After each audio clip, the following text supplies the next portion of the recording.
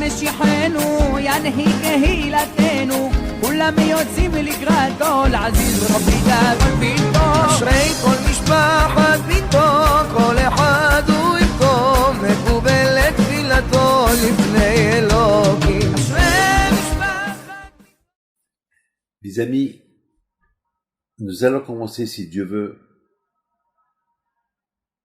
cette année, Be'ezat Hashem, une très bonne année, si Dieu veut.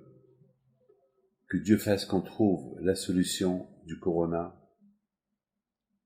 Be'ezat Hashem, que les mariages redeviendront normaux, les bar mitzvot normales, que tout deviendra normal, et que nous, Be'ezat Hashem, on aurait appris une leçon, on aurait appris les fêtes qu'on a passées seuls, les vacances, pas comme toutes les vacances, ceux qui ont cru s'éclater pendant les vacances, après ils ont passé 1 mois, 2 mois au lit, tout le bénéfice est parti en souffrance.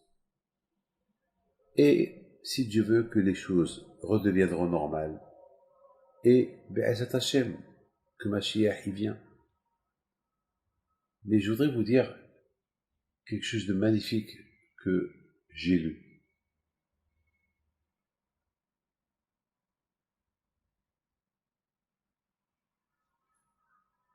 On a tous entendu parler de Albert Einstein, le cerveau humain, que lorsqu'il est mort, ils ont fait une autopsie du cerveau. Comment il est son cerveau? Parce que vraiment, Albert Einstein, c'est un génie. On n'a pas encore compris comment un homme pouvait être aussi génie que ça. Alors, avant qu'il est mort, il a donné tous ses écrits à l'université de Jérusalem. Tous ses livres, toute sa bibliothèque, elle vaut des millions de dollars. Il l'a offert. Dans son testament, il a tout offert à l'université de Jérusalem.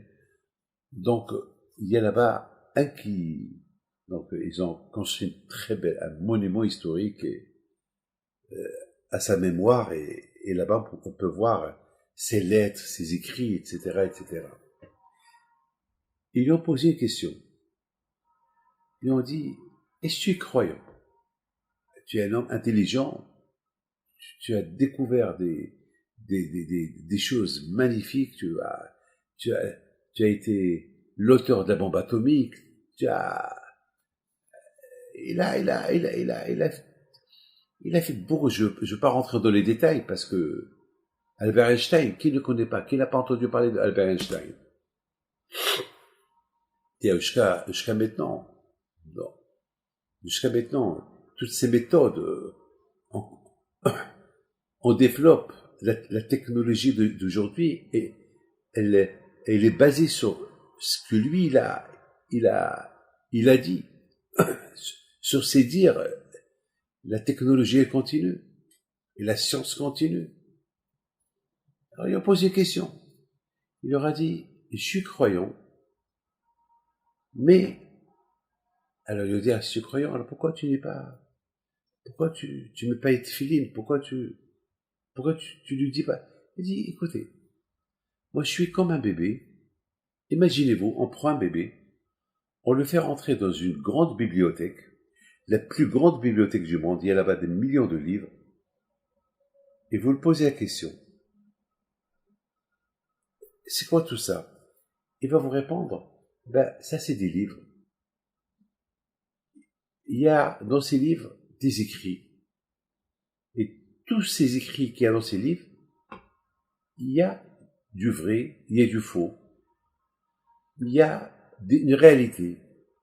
Mais qu'est-ce qu'il y a dans ces livres? Je ne sais pas. Je ne sais pas qui les a écrits.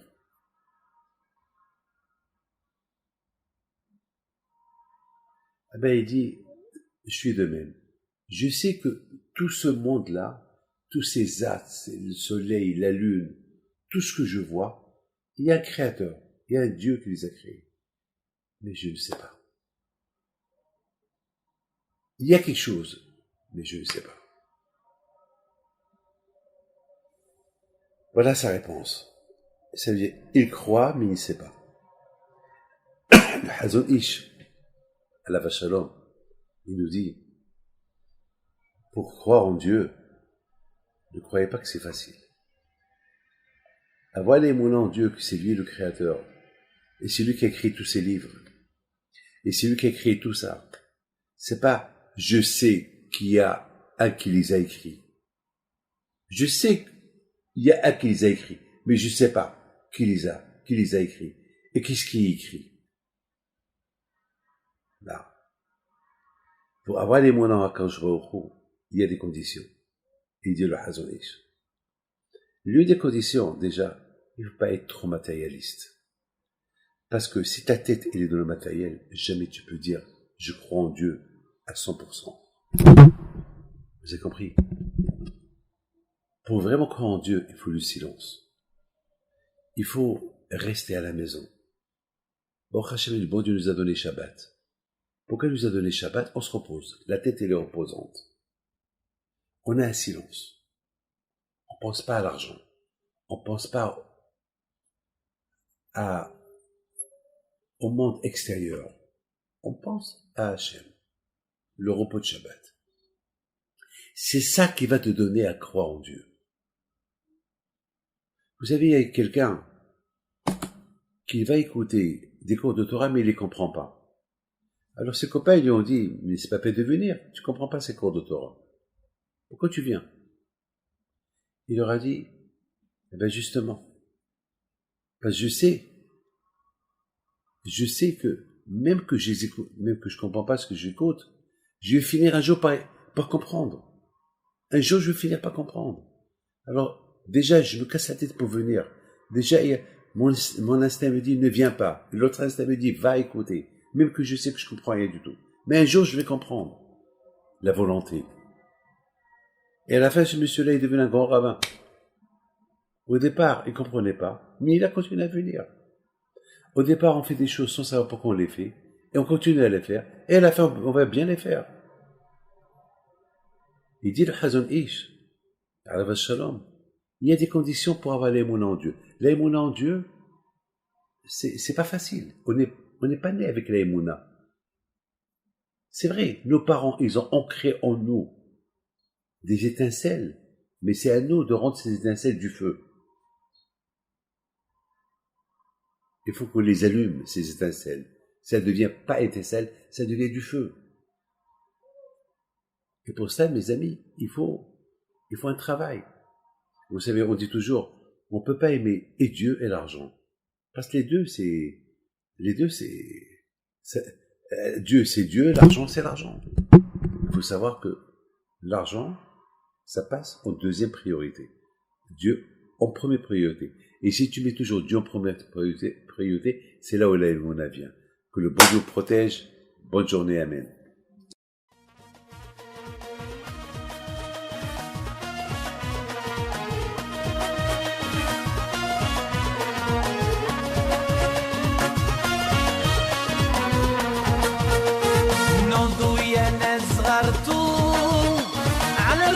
حي بنتو وقف لنا زي خو